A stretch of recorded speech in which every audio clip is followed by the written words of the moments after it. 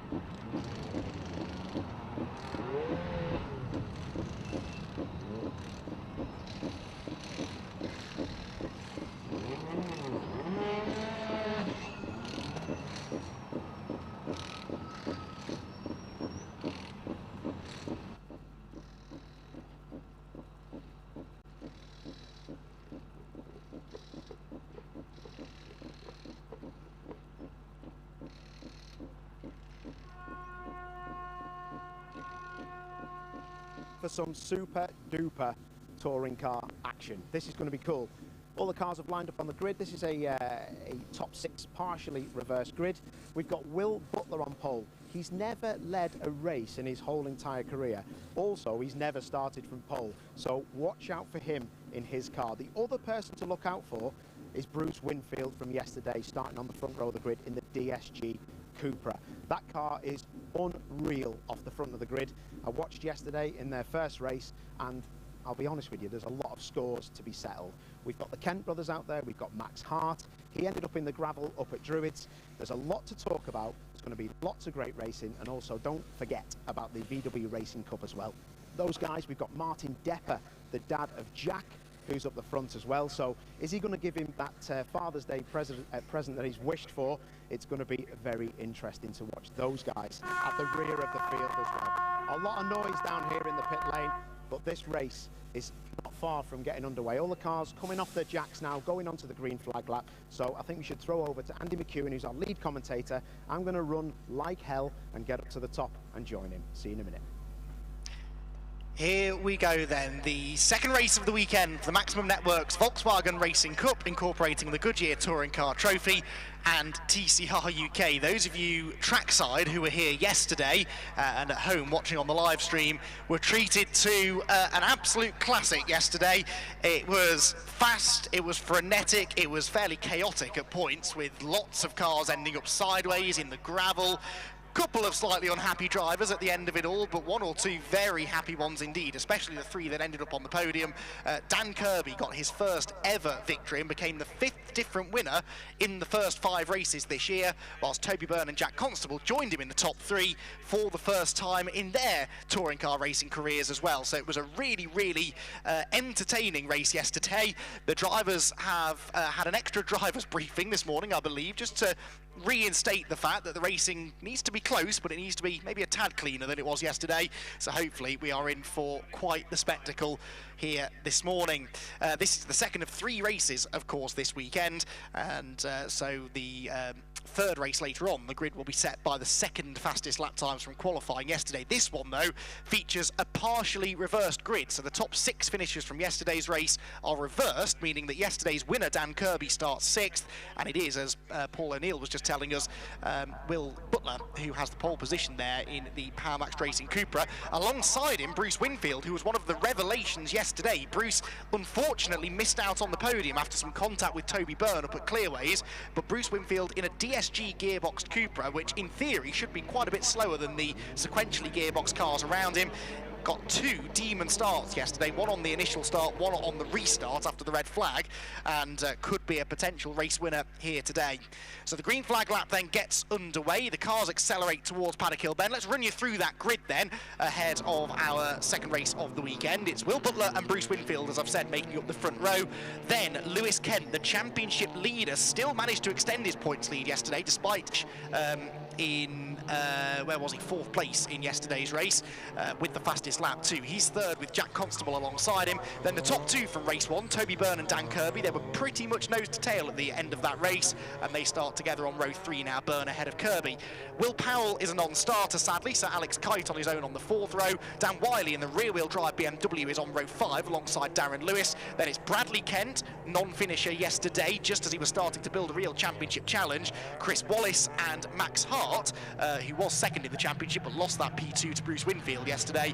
Those three start at the back of the Touring Car Trophy grid. Then we move into the VWs, where it's a top 4 grid reversal. So Ollie Turner, during the race, he's got pole position alongside Jeff Alden. Then Martin Depper and Jack Depper, father ahead of son this time, although it was son Jack that won the race yesterday, with Russell Joyce, hopefully with his turbo issues sorted, joining them at the back of the grid.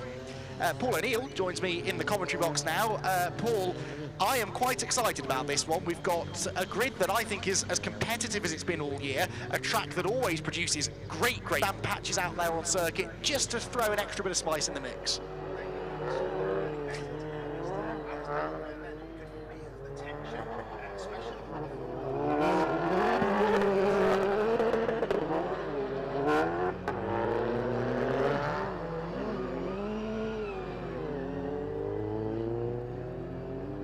Guys just struggling to get that power put into the front wheel drive cars. So yeah, they're just trying to get it all sorted out. They're trying to get on the grid. There might be a delta issue with the front to rear grip of these cars, because the fronts are getting a battering to get the heat in them. Then the rears, they really struggle to get the temp in them. So I'm really looking forward to this one. That is the best shot I've ever seen in motorsport, which is from our drone. The guys are pretty slow, aren't they, at the back getting into position? So the front row is going to be even more nervous. William Butler, how nervous do you want to be, lad? He's going to be awesome. Yeah, Will has a background in rallying, so the closest he's got to this before is a bit of tarmac rallying he's done. Let's hope that he keeps it on the tarmac for the next 20 minutes then, as our second race of the weekend is about to get underway. Red lights go on, they go out after quite a long hold now, and Will Butler doesn't get a great start. Bruce Winfield is away well from the outside of row 1. So is Dan Kirby, looking the blue Cupra ahead of Toby Byrne already. Towards Paddock they go, they're 4 wide. Kirby to the inside, he's not going to second. There's contact. Jack Constable is sideways in the gravel, and he's going to collect Will Butler as they go up the hill. Butler backwards, let's hope no one collects him again as he spins and spins up the hill. Thankfully they've overdrew it. Oh, they've started how they left off yesterday, haven't they, with 2 cars, 3 cars already off the road. Bruce Winfield leads the way. Lewis Kent is second, sideways Dan Kirby is third, with to look Jack Constable and Will Butler are recovering, and coming through it all are Brad Kent and Max Hart in their 2 Hyundais from the back of the grid. Well, Paul, yeah, is it? That was all to do with rear tyre temp. As you can see, a great move that, wasn't it? The rear tyre temp here is critical, and it's quite a low ambient temperature, and like you rightly said, there's still a few damp patches here and there. So that rear-wheel drive BMW 1 Series is having a real struggle to get the temperature in its front tyres. Yellow flags, maybe a safety car as well, so yellow flags. Was that move done?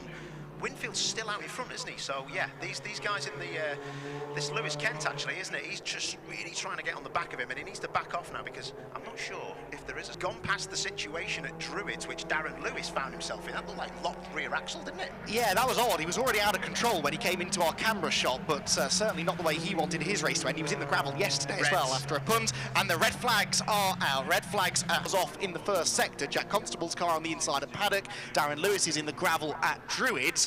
The red flags have been thrown, so the race even is being paused for now. We will get a restart though in a few minutes' time.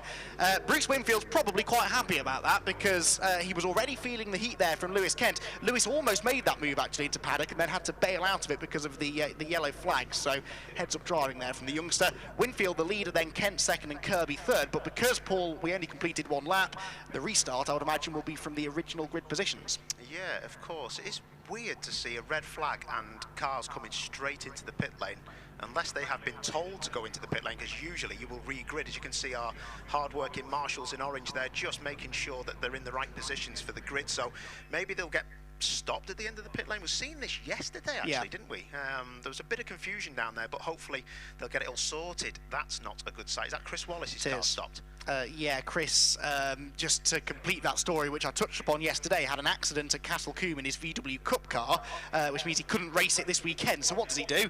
Chucks himself into a Hyundai TCR car that he'd never driven before this weekend, and it's been a bit of a steep learning curve. These TCR cars are not easy to wrap your head around. If you don't have much experience of racing slick-shod front-wheel drive touring cars, these cars can take quite a bit of driving just to work out the nuances of. Yeah, and you know, I speak to quite a few people. I drive quite a few of these TCR cars with just private coaching stuff I do. And what I do say to people who are coming from, you know, Volkswagen Racing Cup up into a TCR car is, they're amazing cars to drive, the Volkswagen Racing Cup, and quite affordable and great for budget. But once you get into a TCR car, it then becomes a massive event. When you're sat in the car, you feel like you've come out of the front room of your terraced house into a spaceship, and you're getting flown off into a different planet. So you sit in a weird place, and you know, as soon as you sit down, Andy, you feel like you're not really connected to the car, and it takes a while. So Chris Wallace will get there, but we just want to see him out on track and not having any dramas like he looks like he's having at the minute. Yeah, the car up on the jacks in the pit lane, so some sort of an issue for the Hyundai, I think. On our screens, we're seeing the recovery efforts begin with flatbed truck just in the dip, going up Halewood Hill. I'd imagine that car's going to have some right front corner damage. It was quite a hefty whack that he gave to Will Butler, and we see that time and again here at Brands Hatch, don't we? A car gets sideways at turn one, especially a front-wheel drive car. They try and correct it, it snaps back the other way, and poor Will Butler, wrong place, wrong time. Yeah, he did. Do you know, I was looking at the start as well. It's always difficult at Brands Hatch. A lot of the racers out there will know when you're, you know, on the pole on the inside.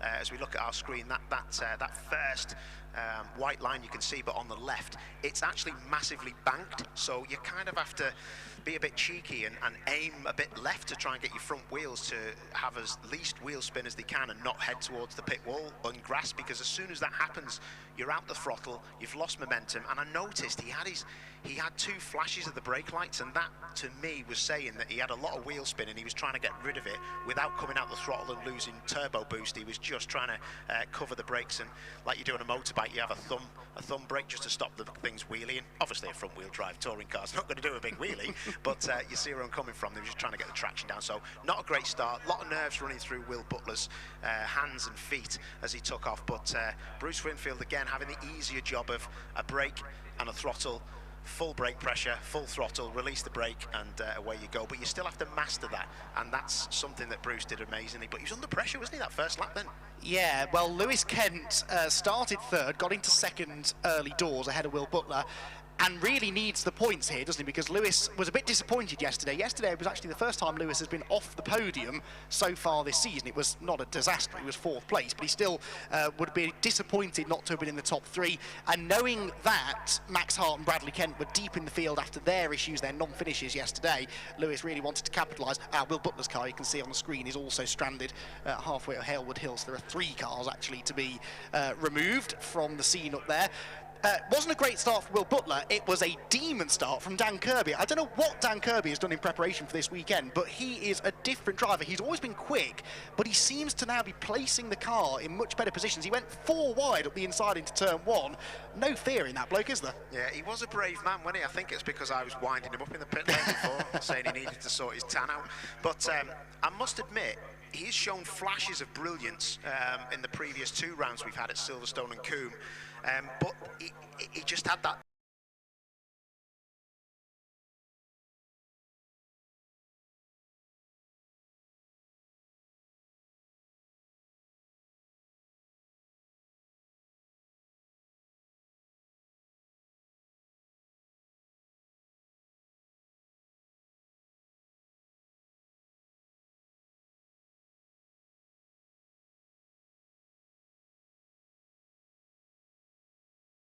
to the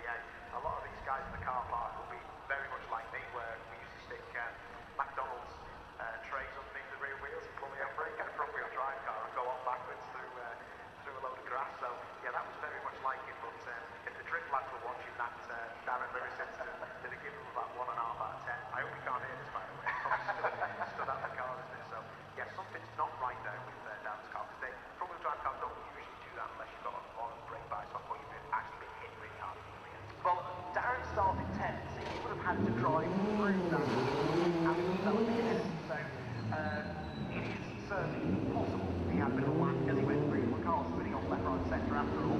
So we will try and have a look at the races.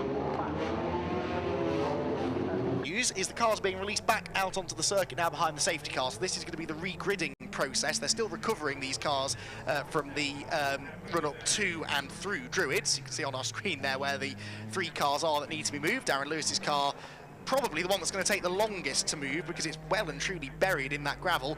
But whilst that's being done, the field are going to be re-gridded. As I said, this should go back to original grid positions now, minus the 3 that we've lost. So Will Butler will get another stab at this from pole position. And poor Dan Kirby's got to do it all again from the outside of row 3 after that really good start that he had first time around. Let's talk about Bradley Kent and Max Hart then, the 2 really quick guys coming from the back of the grid. They made some good progress. First and foremost, they avoided the carnage at Paddock, because that's always the danger of starting at the back of the grid, isn't it? And for Max in particular, this has to be a good race, doesn't it? He is so frustrated with the way this season has gone. A win and a 2nd place at Silverstone. Great start. Tied for the championship lead after the first meeting, then disqualified at Castle Combe in race 1, a non-finish yesterday. But Paul, we speak to him in the paddock and he's still got that smile on his face, he's got that placid character about him. This is a really talented driver that just needs a little bit of luck to go his way. Yeah, and do you know what? The next 2 races coming up, now and later on, you know, we don't know. We might be seeing him win this race and win the next race. So, and when you get momentum like that and you start to be on the bounce, that's when your championship situation just becomes a doddle. But at the minute, it's how you know, keep hold of that frustration and go forward. He's got the right team underneath him. He's got the right car underneath him in the 101. You know, the i30N is a fantastic car. You've got one as a road car. And I was looking, do you know, I was really interested. I was looking at the rear of that car before, and it has the same kind of suspension on the rear as an R5 WRC car, the guys were telling me. So yeah, you have to take a massive spanner to the rear of it to change anything, which I'm not a mechanic, but I've seen underneath other TCR cars and they're just a bit different. But that's the rally background from the Hyundai guys. Yeah, they certainly are very potent Hyundais. They dominated the first event at Silverstone, but of course in TCR we have balance of performance. There is also championship success ballast that goes out to the drivers that do best in the championship from the previous round. So that has done its job, hasn't it? Because if you cast your mind back to Silverstone, there wasn't a hope of a Cupra winning a race at Silverstone, and yet last time out at Castle Combe, well, we had a Vauxhall Astra won the first race in the hands of Darrell Wilson. We had Jack Constable in the mix, Alex Kite was running well. This weekend we're talking about Bruce Winfield and Jack Constable fighting for podium. So as much as drivers love to whinge about BOP and success ballast, it does its job. Yeah, of course. You know, we do. Listen, if you want to go and watch tin top racing at this level, you cannot have a BOP that doesn't work, and this to me seems to work. We see it done differently in other championships, but at the same time, this, you know, look, you've got a DSG car on the pole. Bruce Winfield, great driver, great car, but it is perceived to be the slower of the sequential or the DSG boxes. So, and then you can see Lewis Kent in a Hyundai sequential car, which, you know, they're seen to be the quicker car because they have proper race gearboxes compared to a DSG, which you would find in the road with you know, with better internals, let's say. Then you've got the A-Class there. I think it's Toby Byrne, isn't it, that car? You know, that's an ex BTCC car, so an NGTC touring car. So it's great that these cars can come in and be competitive. And there's the man of the moment, Dan Kirby. He's done a great job, like we were saying, this weekend. And the other of the Kent brothers, Bradley, he really must be thinking, why is my brother so much faster at the minute? I mean, that qualifying lap that Lewis did was pretty exceptional, I thought. Well, yeah, but Brad has actually been quicker than Lewis this weekend, and that's been a turn up for the books because obviously it's their local track for both of them. They are siblings after all. The team are based just down the road. But Lewis, when we spoke to him at Castle Combe, was so confident about this weekend. He says, I've done thousands of laps around Brands Hatch. I know the place backwards. That's my weekend to shine. I don't think he counted on his younger brother coming in his first season of touring car racing. Bang, straight on the pace. Silverstone, he was matching, if not slightly quicker than Lewis. Castle Combe, he got his first victory. Brad stuck it on pole then for the race yesterday. Bradley Kent, had it not been for the off, I think, at Paddock, would probably have won yesterday's race. And if he'd have done that, we'd be talking about Bradley Kent being perhaps right on the heels of Lewis in the championship. Yeah, I mean, it's not that he wasn't on my radar. I just know how good Lewis is. And I just think it's great that you know, we're even talking about Bruce Winfield here, he could lead the championship. You know, yes. There's no doubt that he couldn't do that. You know, we did have it down as a bit of a two-horse race between Max and Bradley, didn't we? Or Lewis. So, yeah, it's great to be speaking about other people, and Dan Kirby winning that race. I mean, to be fair, I don't think you can discount anyone, really. No.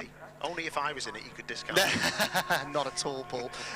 We've had 5 different winners from the first 5 races. I mean, there are other championships that would kill for a stat like that, and they are 5 genuine winners as well. Only one of them, Daryl Wilson, is doing a sort of part-time campaign, but the other 4 are all full-season entrants, and we still have other people like Bruce Winfield, for example, that could win. Jack Constable hasn't won yet. The A-Class Mercedes haven't won, and yet they've been on the pace all the time. So we could hit 7 or 8 winners over the course of the season, and that, for me, is a sign of a strong championship. It's all well and good to have 1 or 2 drivers that do all the winning, even if they're evenly matched and can give us a good championship fight. The more drivers we have that have podium and race win potential, the better, and that is definitely something that we have in the championship this year. We haven't yet spoken about the VWs either, and we ought to. Nothing actually happened in the VW Cup element of the race on that first lap. They were still in grid order, so Ollie Turner ahead. Turner, I spoke to him after his race yesterday, Paul, and he had an issue with the car that was allowing fumes to come into the car. He was getting very lightheaded, his eyes were streaming, he nearly threw up when he got out of the car. Is that something you've ever experienced yourself? It doesn't sound fun. Do you know, the only thing I've ever experienced that's like that, and I had to come into the pits, was we in another championship, another Tin Top championship, we had these weird brake pads called Project Mu, which are Australian, and we'd never used them before. And the material of them stung my eyes so much, and I couldn't breathe in the car. And luckily, it was in a free practice session, but it properly scuppered everything because we had to put the old pads back in, and the fumes in the car, you just cannot operate. It's like just trying to go through it's just a smoke inhalation. It just really takes your concentration away. So it's a bit of an eye. Darren Lewis at the bottom of the pit lane. I mean, that car, I'm surprised that car's allowed to be let out. Well, yes, I'm trying to cast my mind back now to similar situations. If it's deemed that he did not bring out the red flag, I mean, I failed to see how he didn't because he was one of the cars that needed moving. But if that is deemed to be the case, he might be allowed to restart. But let's hope he is, because Darren has actually had some decent pace this weekend. He went off yesterday after some contact up at Clearways. That tells me, though, the fact that they're ready to send the car back out tells me that the car didn't break. It was clearly helped into the gravel. So as long as there's no damage from the contact, and as long as the car is allowed to restart, which evidently is the case, then he is going to be able to take this restart, which will be over 15 minutes, by the way. The timing screen's been updated now. A 15-minute restart. Let's hope we get to the end this time. We haven't actually seen a checkered flag yet this weekend in the Touring Car Trophy. We had 2 red flags in yesterday's race. Didn't quite get to the end of the 8-minute restart, so fingers crossed for some cleaner racing now. Let's hope we get to the very finish. The grid, then, is based upon the original grid, but of course we're missing 2 or 3 drivers now. So at the front it's still Will Butler and Bruce Winfield, Lewis Kent 3rd. There is no Jack Constable 4th, though, so Toby Byrne is next ahead of Dan Kirby. They're the 2 cars on your screen now. Then it's actually Dan Wiley, because Will Powell was a non-starter anyway, and I'm not sure what's happened to Alex Kite, but Alex Kite is not there, is he? Certainly not in his... Oh, he's behind Dan Wiley for reasons I don't quite understand. So the BMW ahead of the Astra. Then you've got those 2 quick truck guys coming from the back. Bradley Kent ahead of Max Hart with Chris Wallace for some reason in between them. So the grid has been formed using some sort of a formula I don't quite understand, because it's kind of a mix of original grid order and the order they were in at the red flag, minus the cars that weren't running at the time of the red flag. But either way, they're going to line up in the grid in some sort of order, and hopefully, Paul, give us a good race. Commentator's nightmare, that it is. Yes. Absolutely, absolutely. So yeah, Bradley Kent, lot to think about in this one. He's got to get past quite a few cars, and Brands is the place where it's difficult. If anybody can, though, he can do it.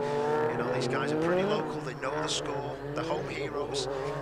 They'll know that they'll be able to get underneath people with a good front end on that Hyundai, especially into paddock and especially into the last corner clearway. So let's hope we can see some action. I did notice on the warm-up lap, actually, Dan Kirby was warming his tyres up and nearly took himself out. I think it was over the front of that BMW. So yeah, so a very, very interesting race ahead of us, and hopefully they all get in place.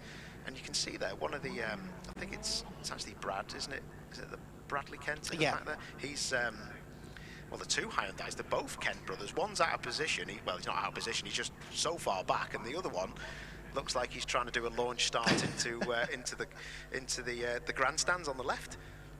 Just to correct something I said before, of course Will Butler is not on pole position, he is a non-starter, so it's Bruce Winfield essentially who has the pole position here. As the red lights go out, we're away once again. Another good start by Winfield and Kirby. That's been the story of the weekend. Winfield holds the lead, Kirby up to third, and here comes Alex Kite in the Astra that won in the hands of Darrell Wilson last time at Castle Combe. Round the outside of Toby Byrne, he will sweep past the Mercedes through turn one. So cleanly through paddock this time, thank goodness. Up the hill they go towards Druids. It's Winfield from Lewis Kent from Kirby, the top three. Kite is fourth, Byrne fifth, Dan Wiley running well in sixth with Max Hart right behind him. So crucially, Max Hart then is still ahead of Bradley Kent. Those two Hyundais coming from the back. In fact, where is Bradley Kent?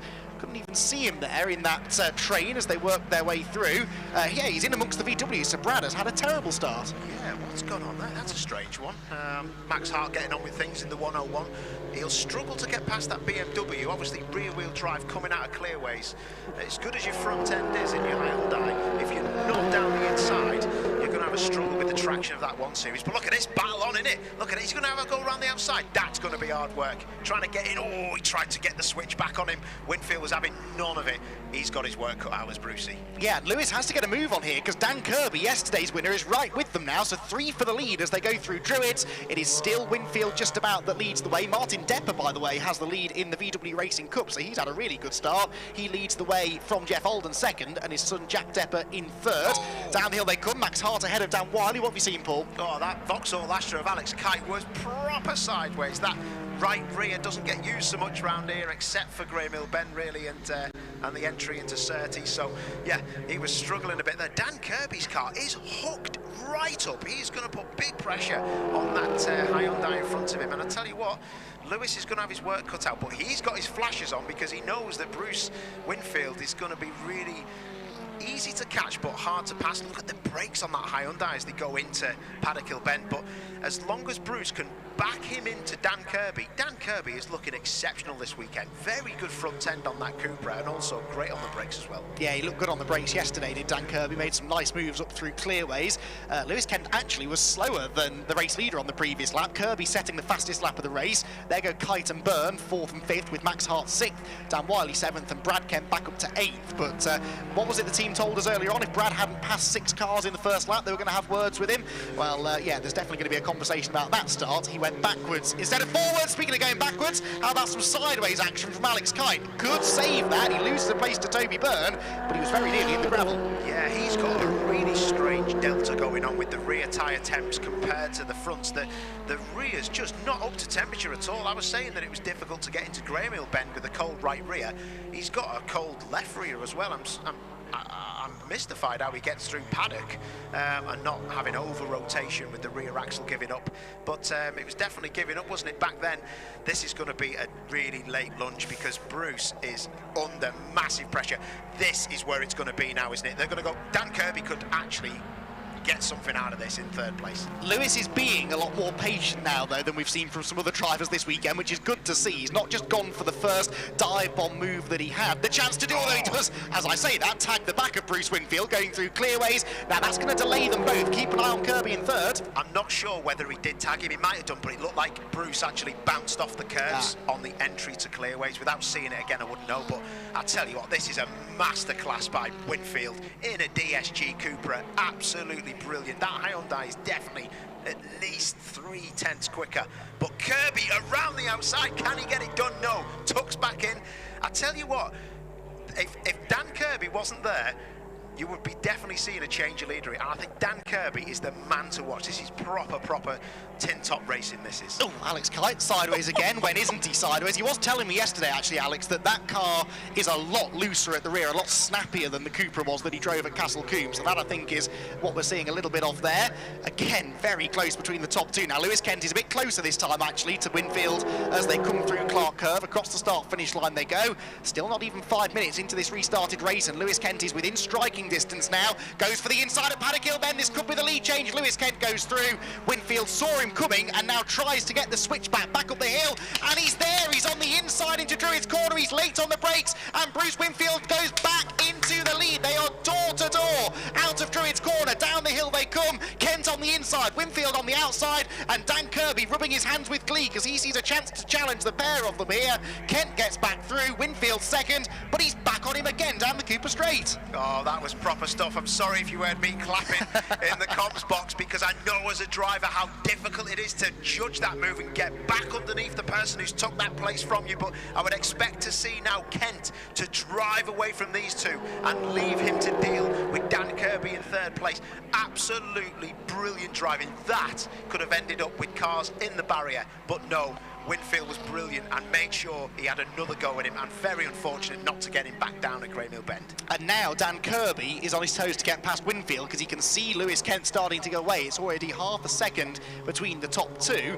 Dan Kirby in third wants to try and go after the race leader before the Hyundai gets too far up the road. So new order then, Lewis Kent leads the way, Winfield second, Dan Kirby third, Toby Byrne is still fourth ahead of Alex Kite with Max Hart yet to get past the Astra. There they go actually, and look who is catching them, Bradley Kent. So Max Hart, I'm surprised he's not cleared Alex Kite a bit quicker. No disservice there to Alex, but Max, you would think, would be able to make this move pretty easily. Very interesting, isn't it? We've seen how, you know, amazing these I-30Ns are around the track in the hands of Lewis Kent up front, but just can't seem to make any progress.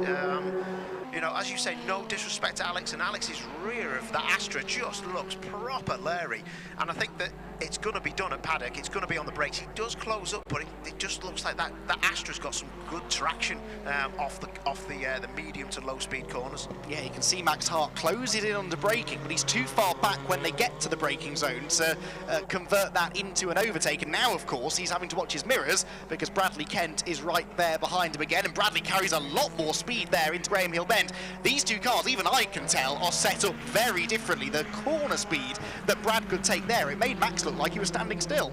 Very interesting. I'm just trying to look at the rear of the cars. It looks like, it does actually look like Bradley's car is just carrying a bit more rear camber, where the tyres are not as stood up as straight as the car in front. And if you have more rear camber sometimes on your car, it means that you can actually turn in better and have a bit more rotation, and then you'll pick up a bit more rear grip as the corner goes on. Look at that, he's having to defend hard. This is going to be a difficult couple of laps here for Max. Round the outside, is that going to move? Wow, what is that all about? I mean, that was a proper late bit of braking there, but look at that, Kite's gone. Well, I mean, Max was so much earlier on the brakes there that I actually thought he was letting Bradley through, but then he fought back at the apex and holds on. But you're right, this is allowing Max Kite to get away. Bradley is up the inside now into Surtees, and this time he will go through. Brad's car looks a bit softer as well to me, a bit more compliant over the bumps maybe, and that will be helping him, especially if it's a little damp and greasy out there. Yeah, he's got massive understeer, Max Hart, in the 101. Can't get to the apex, struggling with traction, and like you say, he's not confident on the brakes, is he? But you can see Kent's just drove away now, and I'd be very interested to see Max Hart's take on this, because it just looks like everything you need from a car he hasn't got, and he can't take the curbs like Kent in front of him. And like you rightly said, the car does look a bit softer as we go back to the P2 battle, and Winfield is I bet he's sick of the sight of Leon, isn't he? Yes, he's quite keen on his one, but he'd like the others to leave him alone, thank you very much. The leader is getting away now, and the fight for second is what's starting to brew now, with Winfield just about keeping Kirby at bay. In the VW Cup, by the way, there's a nice battle, I think, about to develop for the lead. It's still Martin Depper that leads, but pole sitter Ollie Turner is back into second now, ahead of Jeff Alden, and less than a second behind the leader. Something has happened to Jack Depper, though, because Jack Depper is 13 seconds behind. He's 9 seconds behind Jeff Alden in third place. So Jack Depper either has a problem or has been off. His previous lap was 2 seconds slower than the cars ahead of him. So we'll try and check in with them in a moment, see if there's anything. In fact, there is Jack Depper right on cue, about to be lapped by the race leader Lewis Kent. So let's see if we can see an issue with this green Scirocco. Turns its way through Graham Hill Bend. The leader about to try and lap it down the back straight. And yeah, not going right here for Jack Depper. I can't see any obvious damage on the car. That's very interesting one, but that's the thing, you only need a little bit of contact early doors, and if your toe's been knocked out, I'm not on about the 5 that you've got on your feet, well, maybe, I don't know how many toes people have these days, but yeah, it is an interesting one. If you've got a little knock on one of your corners, corners that can, especially around Brands Hatch with the undulation and the cambers of this track, it really can overheat your front tyres or not work the rears too much. So yeah, difficult one for Depper, but his dad, like you rightly said, out in front, looking like he's never been away. I mean, I know how bad Martin Depper is as a driver, so for him to be leading this race, I'm pretty impressed. Oh, he's going to thank you for saying that later, Paul. Martin Depper is the definition of a character. We hear racing drivers described as characters quite a lot, but Martin really is. Right, changes here for fourth. That's Bradley Kent ahead of the, guess what, sideways Alex Kite, and that latest moment's going to cost him another place because Max Hart is up the inside at Surtees. No, Kite doesn't roll over and let him go, and why should he? Alex is here on a one-off outing at the moment. He's trying to prove to everyone that he can drive these cars well, but that Astra does not look happy. What is going on with that Astra? That is like, I mean, Darrell must be watching this, who's usually driving the car, thinking, who's this lad turned up with trying to give it the big sideways challenge? I tell you what, that thing's got some grunt, hasn't it? That Astra, but it's easy pickings for the Hyundai, and it's down the inside on the brakes. But yeah, very interesting stuff. Look, he's got some good traction out of paddock as well. But these guys really getting on with it now, and Kite ain't rolling over, is he? He's gonna get right in the back of that car and hopefully push him all the way. Yeah, Alex Kite, Castle-Combe local, who's won championships at Castle-Combe, really impressed in a drive in a Cupra DSG last time out in TCR at Combe, but making his Brands Hatch TCR debut here this weekend. Right, out of the final corner comes Lewis Kent. He's got 4 minutes to go in the race. He's got a 3-second cushion now over Bruce Winfield. So second place Winfield still keeping Kirby at bay for the time being. The VW Cup is possibly worth trying to check in with because Lewis Kent and because Martin Depper and Ollie Turner, first and second, who are going into Surtees now, I can see out of the window, are absolutely nose to tail. Ollie Turner in the yellow and blue VW Golf has converted a 1.5 second deficit into just a 2/10 deficit now. Martin Depper, he may be quick, but he's got some racecraft to relearn now, hasn't he? Well, here we go then. So Martin Depper, I was saying how old and how bad he was, but I've got to give him his due. He's leading this race, but we know how good Ollie Turner is, and I was talking to Ollie before. Bit of oversteer in that 22 there as he tries to catch Depper. Depper's got to defend here because Ollie will be just streaking past him at any opportunity that he has. So yeah, headlights are on, aren't they, in that Golf behind him, and he's just trying everything he can. He's got 2 minutes and 58 seconds to do it. Can he do it?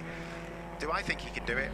I actually think if there was anyone out there to get past Martin Depper, it's definitely Ollie Turner, but this is a difficult place to do it. Oh, Martin's going to be loving this, though. This is exactly why he came back to racing this weekend. He hasn't raced anything for a little while now, Martin, and he's missed it, I think, and this is the kind of racing he wants to get involved in. Out of Clark Curve, they come across the start-finish line then, so we're looking at the battle for the VW Racing Cup lead here. The grey Scirocco, the yellow and blue Golf. Martin Depper, ex-British touring car racer, and Ollie Turner, up-and-coming tin-top racing star, raced successfully in the Fiesta Junior Championship in recent years. Does a bit of coaching still for some of the Fiesta Junior drivers, which terrifies me because Ollie looks like he's about half my age and he's tutoring drivers who are even younger than him on how to be better racing drivers. Racing drivers really do seem to get younger the longer I work in motorsport, but Ollie, having caught Martin Depper, hasn't yet been able to find a way through. The positions stay as they are, and just as we've cut to this battle, actually, the second place scrap overall is starting to look interesting as well, because Bruce Winfield and Dan Kirby, who still haven't traded places, have been reeled in by the Mercedes of Toby Byrne, and Toby was really strong in the latter stages of yesterday's race too. Yeah, he really was, wasn't he, in the A-Class Mercedes, and, you know, with the different regulations he really has caught him, hasn't he, with the headlights on. With the different regulations that are running this championship, that Mercedes, I tell you what, that Mercedes nearly turned itself into a Cupra hybrid. He's right on the edge of the grass and the gravel there. Oh, this is going to be difficult because what I am led to believe is that the NGTC cars are a bit better. Oh, what a move! Absolutely slings it down the inside, and Toby is 1, and it's Winfield 0. Blimey, I mean, wow, that was a move. That was a move and a half, and credit there to Bruce Winfield, because he saw that coming at the last second and just opened up the steering to avoid contact, but that was committed. Toby Byrne didn't make many friends yesterday, it's fair to say. He was getting well and truly stuck in, but this is why. He knows that car is working well around this track. He's got a chance now to go for second place and repeat that podium finish from yesterday. He's got to try and catch Dan Kirby first, though. Kirby's taken advantage of that little exchange to pull away, and we are now, Paul, starting the final lap. So we are, and it's been a great race, hasn't it, to be fair, from Lewis. He's done a fantastic job, but just going back to Toby Byrne, he'd better shake Bruce Winfield's hand after this, because if it wasn't for Bruce, it was a great move, but if it wasn't for Bruce, some other people would have turned in, but Bruce knows the score, and he knows it's all about getting across the line, isn't it, and just getting the points in. So everybody's starting to really get involved now as we go for it. Yeah, so down into Graham Hill Bend they go then for the final time. Dan Kirby looks as though his second place will be safe, but if the race was another 2 or 3 minutes longer, I'm not convinced that he'd have been able to keep the rapid Toby Byrne at bay. Race leader Lewis Kent, though, is coming out of the final corner right now and is about to take the checkered flag to win the second race of the weekend. Here he comes then out of Clark Curve. Round number 6 of the championship is won by Lewis Kent, and he becomes the first double winner of 2021. Dan Kirby, though, backs up his win from yesterday with a second place in this one. Third position will go the way of Toby Byrne, with Bruce Winfield in fourth. Then Bradley Kent, excuse me, fifth, with Max Hart in sixth. In the VW Racing Cup, incidentally, it is still Martin Depper ahead of Ollie Turner. Where are they? Oh, they're going into the left-hander at Surtees now, the VW leaders. I don't think that Turner is going to get close enough here to have a go. You can just see them at the top of the screen there, turning through the last corner. Turner's going to give it one more go out of the final corner, but he's not going to have the momentum to clear Martin Depper. So Martin, on his return to the championship, his return to racing, is a winner in the VW Racing Cup by a car length or so over Ollie Turner in second place, Jeff Alden and Jack Depper third and fourth. Definitely a story to tell with Jack there. His car was never on the pace all race long. And that was round number 6 of the championship. What a race it was. We got to the end of that one, though, thankfully, without another red flag. And Lewis Kent comes home victorious, and that will really help his championship challenge, because he was already more than 25 points, which is what you get for a race victory, ahead of anyone else in the championship. And, of course, he's got another win now, and that will only serve to help his championship hopes even more. So Martin Depper and Ollie Turner win in, or first and second, in the VW Racing Cup. Jeff Alden third, Jack Depper fourth, and Russell Joyce, unfortunately, still some turbo issues, you'd imagine, with that Golf. That was what kept him out of the race yesterday, and he again didn't turn a lap that time. In the overall result, though, it was Lewis Kent with the victory by just under 4.5 seconds over Dan Kirby second. Bruce Winfield was not third. Toby Byrne was third, according to our timing screens, with Bruce Winfield fourth, then Bradley Kent and Max Hart, with Dan Wiley eighth, excuse me. Martin Depper then was the next of the VWs, the first of the VWs, in 9th place. Toby Byrne wins the TCT class, although the TCT, the NGTC cars, race in the same class technically as the TCR machinery. So that is an outright podium for Toby Byrne in the NGTC Mercedes. So that was a dramatic 6th round of the championship. Round number 7 will be a little bit later on today. The race, the third and final race of the weekend, due to kick off at around about 2:20 this afternoon here at Brands Hatch. So plenty more racing still to come. And for those of you trackside, we've got a pair of Civic Cup races as well. The first of those coming up within the next half an hour or so. So a real mix of the time attack, the sort of time trial format of the time attack machines here this weekend. We've got the drifting cars out there as well, putting on a great show as they did yesterday, and then bringing actual racing to these time attack meetings with our TCT and Civic Cup races, and I think it's been a real hit so far. So Paul O'Neill is heading downstairs then to have a word with the race winners, hopefully, and we'll be able to talk through with Lewis Kent exactly how he got that much needed second victory of the year. His 25 points, by the way, will put him now on to 136 points in total. Bruce Winfield, who was second in the championship, finished 4th, so gets 18 points. So the gap between those two now is even bigger than it was before. It's going to be officially 45 points now between Kent and Winfield. Max Hart, of course, who was third in the championship, only managed 6, so 14 points for him. Bradley Kent was 5th, so gets 16 points. And Dan Kirby, the one that's really creeping into championship contention a bit more here, was 2nd And so he gets the 22 points for second place. So Dan Kirby, the big winner out of all of that then, is going to move up into potentially third place in the championship, I reckon. Yeah, Dan Kirby with those 22 points moves on to 87, so third in the championship then for Kirby, but only 4 points behind Bruce Winfield now. So that is, I think, going to be the next of our championship battles to think about here, and if Lewis Kent keeps on finishing as consistently as he has been, then he is going to be extremely tough to beat in the championship title. So we believe the drivers are on their way to have a word with Paul O'Neill. We've got the cars heading out for our next on-track session, which is the Drift Pro Championship qualifying session before their semi-final and finals a bit later on today. And those cars really put on a great show yesterday afternoon. I caught a bit of the drifting action. So looking forward to their spectacle that's on its way. I can see, I think, Lewis Kent jogging his way up though, so he is almost ready to have a chat with Paul O'Neill down in the pit lane. And we should hopefully also have a chance to speak to Martin Depper, our VW Cup winner, if we have time. So Lewis Kent then will of course be looking forward to the third race as well later on, because we've already, I believe, had a grid set for that one. Yeah, the grid for race 3 is based on the second fastest time from qualify, which interestingly puts Bradley and Lewis Kent together on that front row. Bradley has the pole, Lewis will be second on the grid with Max Hart third. Now that is shaping up to be a pretty tasty battle in that third race. There is no love lost between the Kent team and Max Hart as their drivers go head to head for the championship.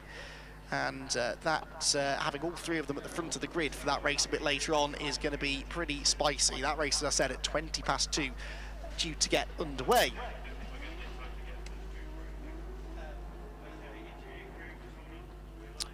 So almost ready then, I believe, to have a chat with our race winner then, Lewis Kent, who has, I think, made the jog up the pit lane, and Paul O'Neill is ready and raring to go then to have a word with our race winner. Wowzers. Happy Father's Day, Martin Depper. Martin, you don't actually like being in the car.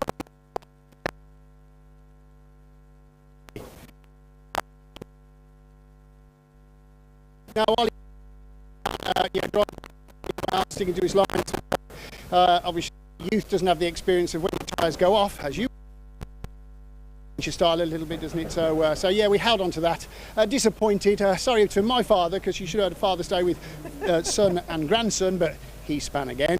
Come on, Jack, sort it out. Yeah, great day, good win. Absolutely amazing, mate. And listen, everyone's made up for you. Jack, do you know what happened?